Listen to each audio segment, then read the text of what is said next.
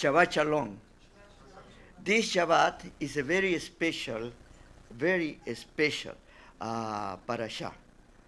Bo. And what I have entitled this message is The Birthing of a Nation. Before I start, let me share with you a mashal, a modern mashal. That means a modern parable. It's known in the regular English. You know, today in this age, it's very common sometimes and they are trying to do policies about it, about the idea of the surrogate mothers. No?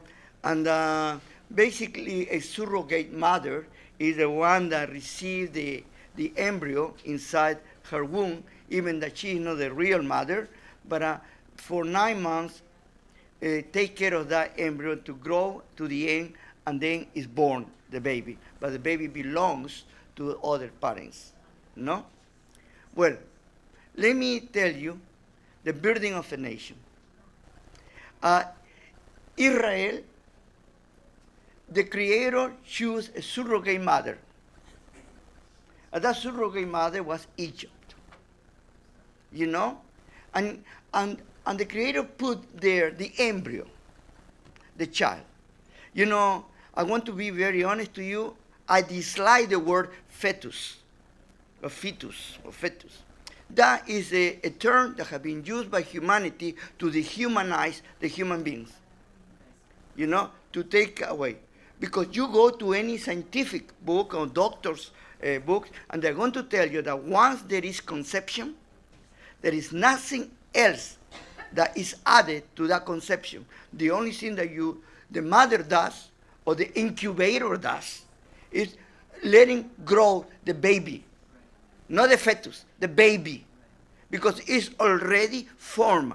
The only thing that needs to do is to grow, to arrive to completion, to be born. Now, Egypt was the surrogate mother.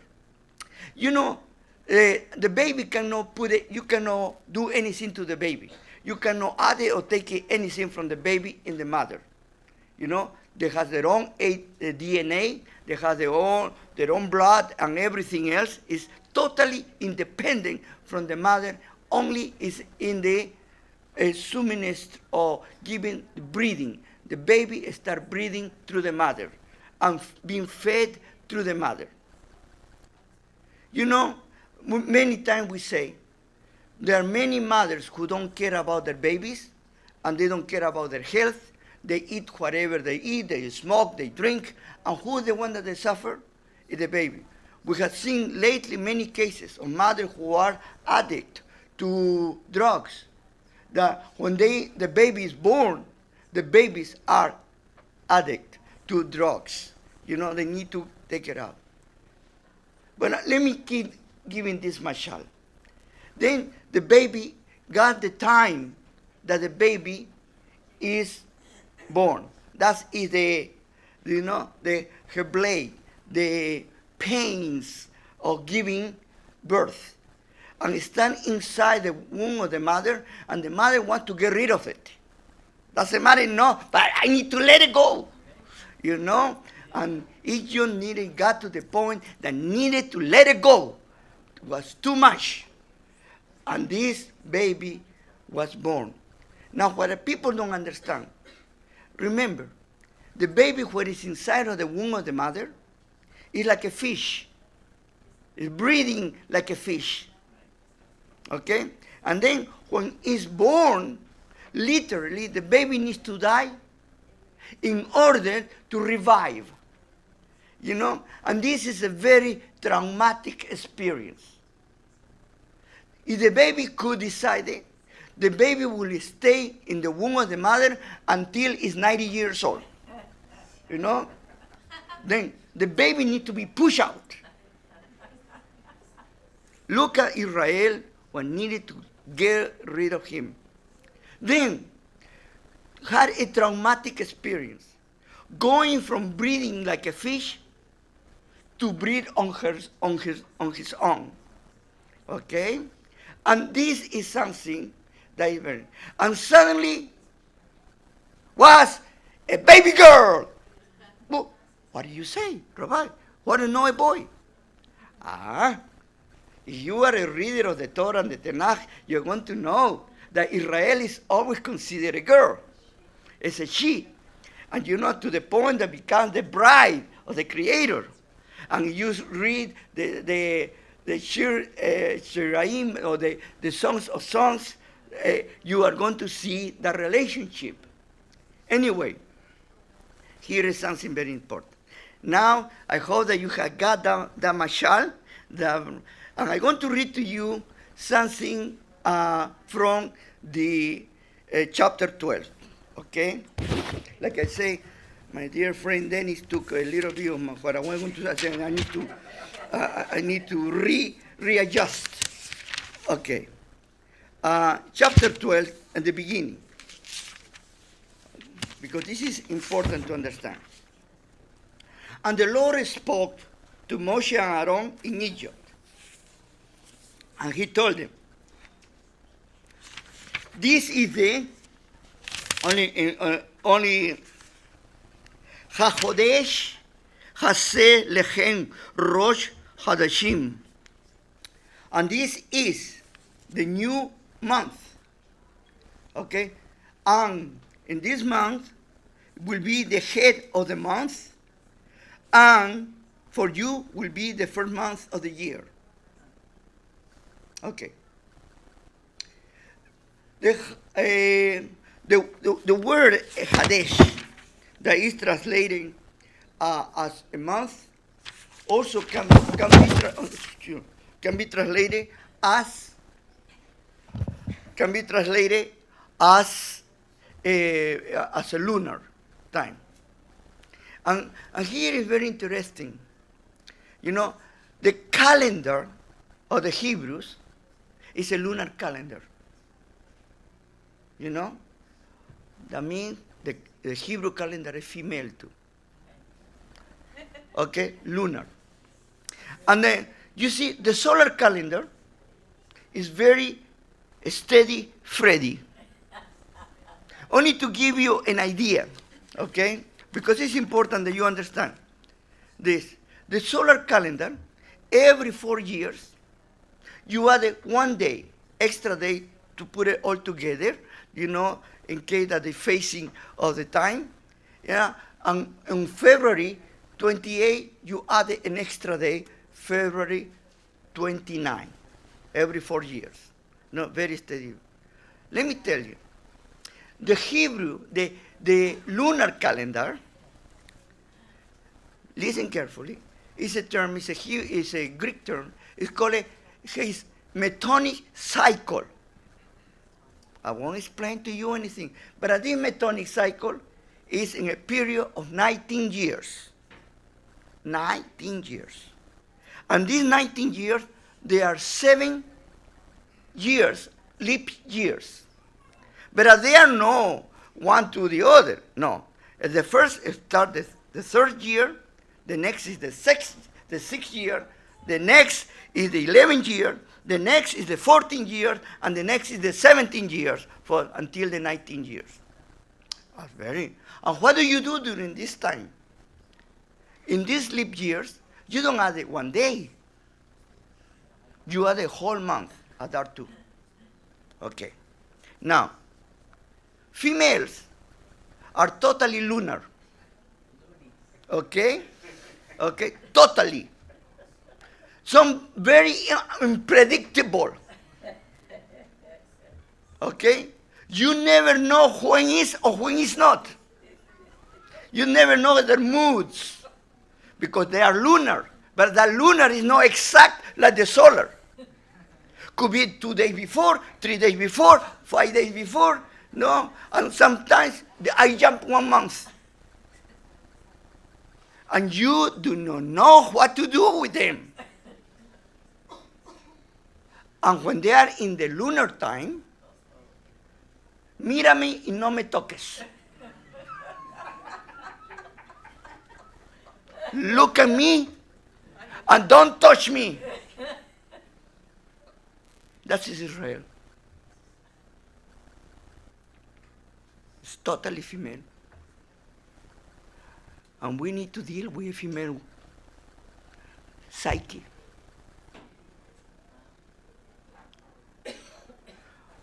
When they are totally dedicated, they are dedicated. But when they gather times of the year, get away from it. Don't touch it. Today, we have advanced so much technologically. Now we have satellites and we have things and that we can calculate. We can be very exact. We have the atomic clock. And we can be exact and we can measure exactly. But at the times, in those times, that was through the moon, appearance of the moon. And they needed to see about the time of Aviv, that is Pesach, the time of spring, the barley. And they needed to look through the men will tell you, I saw the full moon. And they will call them and they needed to be secure. Only to give you a parallel.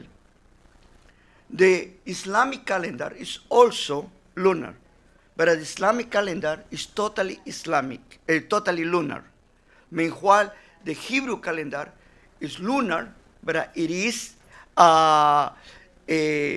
put together with is structured in such a way that they make additions in order to make it equal with the solar calendar, to have it parallel, the times.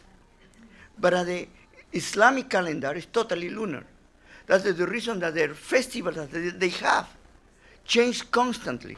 They don't fall in the same time or period of the year. They are moving. You understand? Then, this is what is good about the idea of the inclusion of the solar calendar.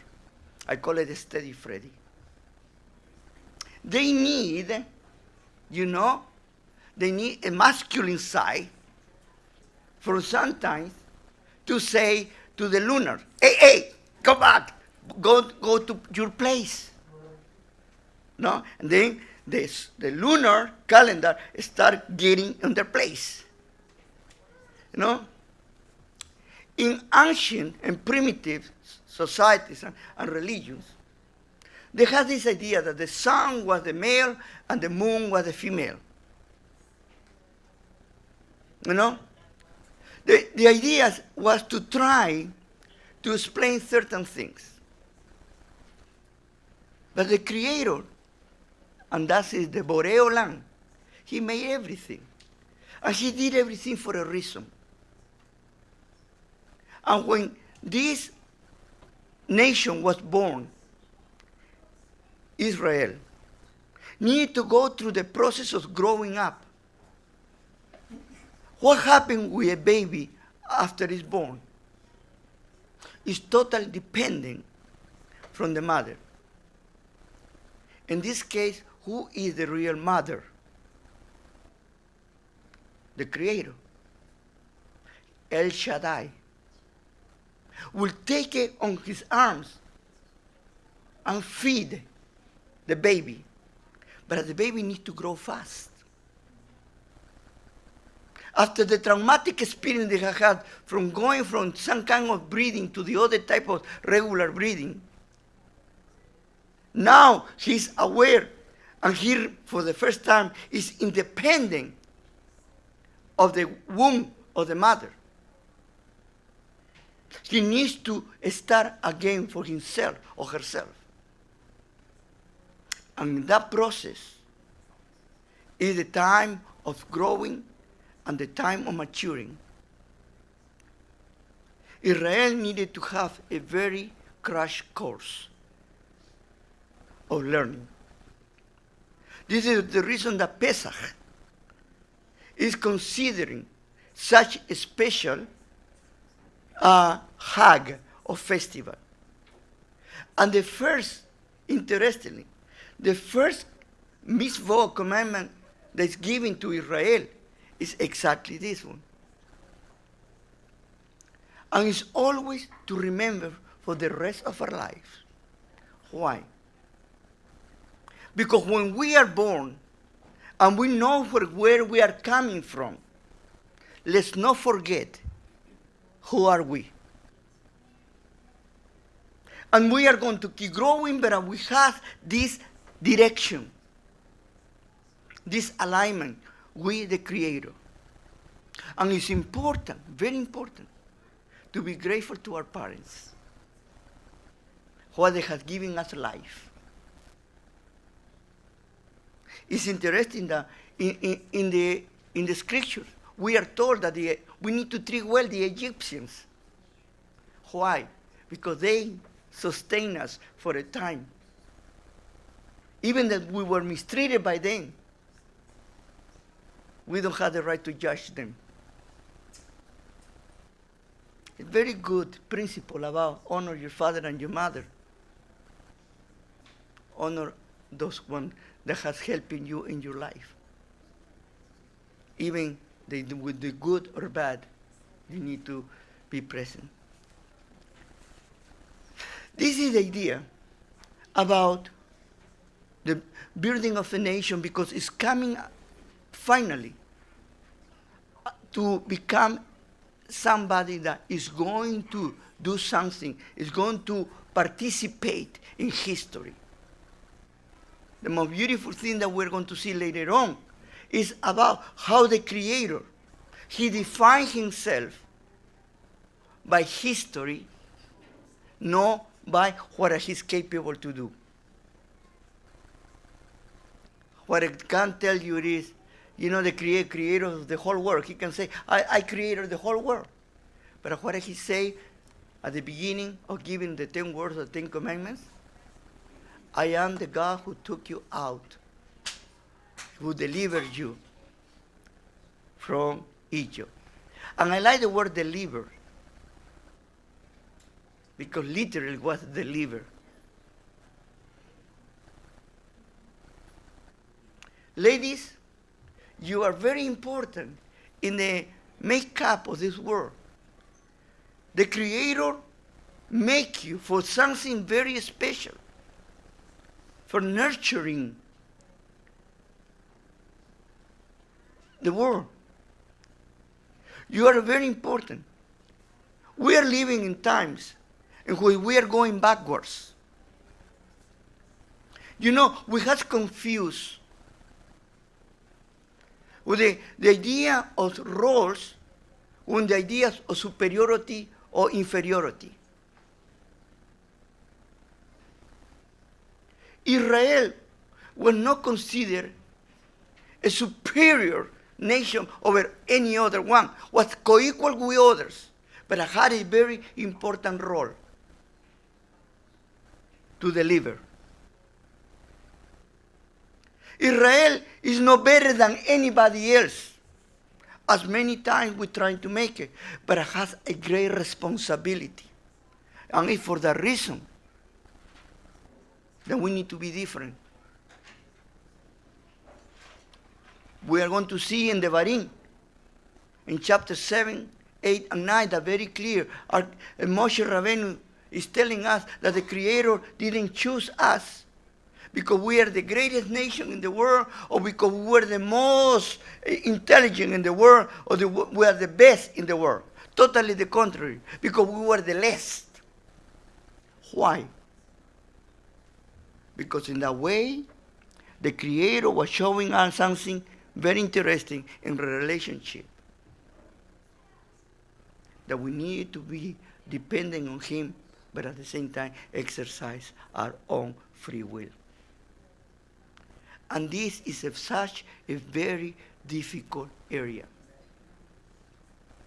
Has confused theologians, has confused philosophers, even has confused our sages. Why? Because how do you balance from one side our Creator leading His people, and from the other side the Vehirah of Shear, the free will? Many of us, we do not understand what a great honor we have when the Creator has given us the Vehirah of Shear, the free will. And He has said to us, I give you this freedom for you to act on your own. But Bechira Hoshim means equal responsibility. You cannot do whatever you want to do, because whatever you do are consequences.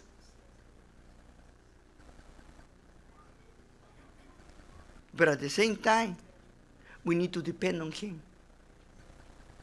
There are many group of people that they want to have all the goodies, but they don't have to have any responsibility. And this is the problem, why it's so important to understand Israel as a nation. The Creator chose Israel for a reason. To be Or Legoyim, light to the nations. To bring the Torah to the rest of the nations. But at the same time, they had the freedom to do whatever they wanted to do.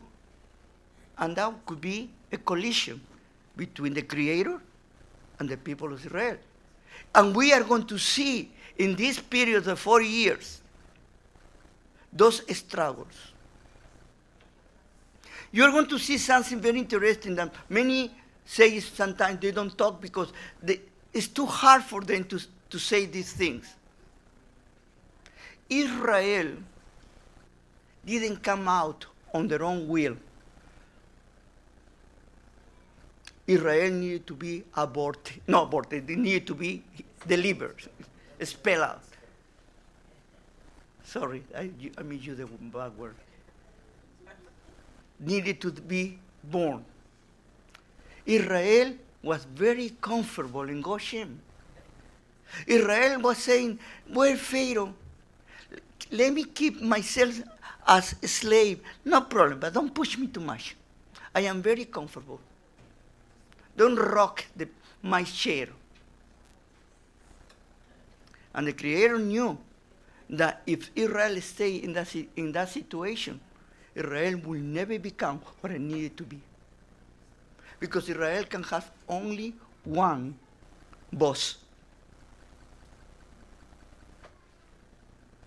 Baruch Hu. Now, we need to look at this. He chose Israel. But who is Israel? My friend Dennis was talking about. What is very interesting. You know, this idea of pure land, you know, the pure blood, you know, the blue blood, that is in certain way, is a myth. Because from the first time that Israel was born, was mixed, was not totally pure. Salinovs are sages, by the way, many of them, and great sages. They blame the Ereb Rab for all the misfortunes of Israel. And it's very good to blame the neighbor. He made me do it. You know, Adam and Eve, Heva. We're looking to blame somebody else instead to look at our own responsibilities and our own facts. In this Ereb Rab, there were many Egyptians who came out because they saw the power of the Creator. Because what we do not understand is this battle that was between Pharaoh and Moshe Rabbeinu. The Creator wanted to show to Israel and to Egypt and the world who was the only true God. There was no other one. And every plague demonstrated, and they say in the scriptures, that was to defeat and to make a mockery of the God of the Egypt, in order that they see who the true God is for Israel and for Egypt. And finally, Egypt realized that. If you read the last portion from verses 33 down in chapter 12, the Egyptians are begging Israel to leave, and they're going to pay them. Please leave, I give you money, go. We don't want you here. And many of them went with Israel because they saw the true God. That's what happened here in our community too. Many of you come from the Arab Rab, from the mixed multitude. But you decided to live with Israel because you saw the true God. And you took the true God with you. And you become part of Israel. Now, Pesach is a very interesting festival. Because to me, it's a festival of festivals because it's the initiation. And this is the festival who makes Israel. And what we need to look is at the end, from verses 43 and down. Who can partake of this festival? And it's very clear. You know, the Torah speaks very clear. For those of you, the Lord told Moshe and Aaron, this is a decree, this is a hookah, for the offerings on Pesach. No one who is a foreigner will eat from it. You know, the Torah is very interesting. In the Torah, there is no before or after. All depending how the Torah, it is pedagogical, trying to teach you through different ways. But here, first we're going to tell you one thing, and then he's going to clarify. And then he say, if you have a slave, I mean a bought person that belongs to you, that person can participate only if what? Is circumcised. What is the label for being part of Israel? Being circumcised. And you know what? Other religions, they teach you that the only thing that you need to circumcise is your heart. You know, that's not what I teach the Torah, but it's okay. And then they say, you need to circumcise them. You need to circumcise them. That is, the onus is on Israel. They need to what? To teach them. Then, if there is a toshav, a resident among you, or a foreigner who is working for you, no?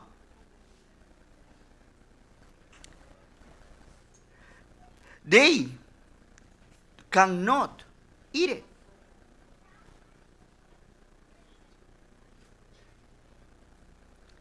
But then he say, 48, 47 is all the congregation of Israel needs to bring, and then he say, in 48, Vehi yagur ikha ger beasa pesach leadonai himol. In other words, if you are a toshav, you are a foreigner, you are an outsider, and you want to be part of us, because the Pesach define Israel, you are welcome. But you have something to do. You need to be circumcised. If you are not circumcised, you cannot partake Pesach. I got with it, when I told this before, in this community, more or less, more than almost 20 years ago now, okay? I almost was lynched by some people. because they told me, you are a segregationist, you are a, huh? A Yehuda, a Judaize, a Judaize. I was insulted. Even people who were very faithful, supposedly, they insulted me and they sent me notes and they spoke so bad about me. And the only thing I told them is, look at the scriptures. You know, we choose the messenger and we don't look at the message. Because in 49, this is a beautiful statement that you can find it in Vayikra again, and also in the rest of the Torah, especially in Bamidbar chapter 15. Torah Hat, Yigye le Azrach Belager Hagar Betohehem. Torah Hat. Only one Torah. Only one. For me and for you. If I teach you a different Torah for you, I am wrong. If I tell you that because you are a foreigner, or because you are not part of Israel, you don't need the Torah, I am lying to you.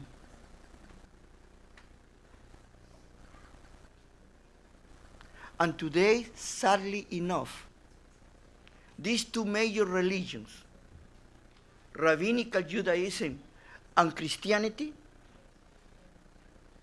each one they are teaching you exactly the opposite what Torah teaches you. Rabbinical Judaism, they say that only the Torah is for the Jews. And the Gentiles, they don't need to keep it, they don't need to learn it, they don't need to do anything. They are happy with the 7 Noahide laws that doesn't exist, but they invent it. Like you are inferior to me because I need to take more. And Christianity teaches you, we are now, hallelujah, we are under grace. And because we are under grace, we are not any longer under the curse of the law. Can you believe that the Torah for that religion is a curse? That tells you who is right and who is wrong. Then, if you want to ask yourself, are you part of Israel? Search your heart and look within yourself. What the Creator is telling you to be. Because the birthing of a nation was born to bring light to the world. This nation has a role, and the role is to be Orlegoyim.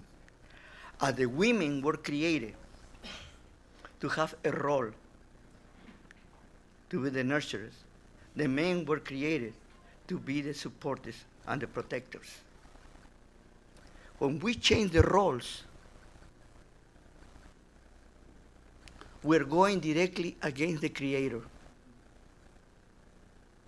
You know, a cat cannot be a dog. And a dog cannot be a cat. Even there are dogs that they think they're cats, and cats that they think they are dogs. God made cats and made dogs. God made males and made females. And doesn't matter why you're trying to change it. That's it. He made Israel and made the nations. And Israel has a role. Blessed be Baruch Hu. Now, the only thing that we need to do is to think about this. And I hope that we have a wonderful Shabbat. Shabbat Shalom.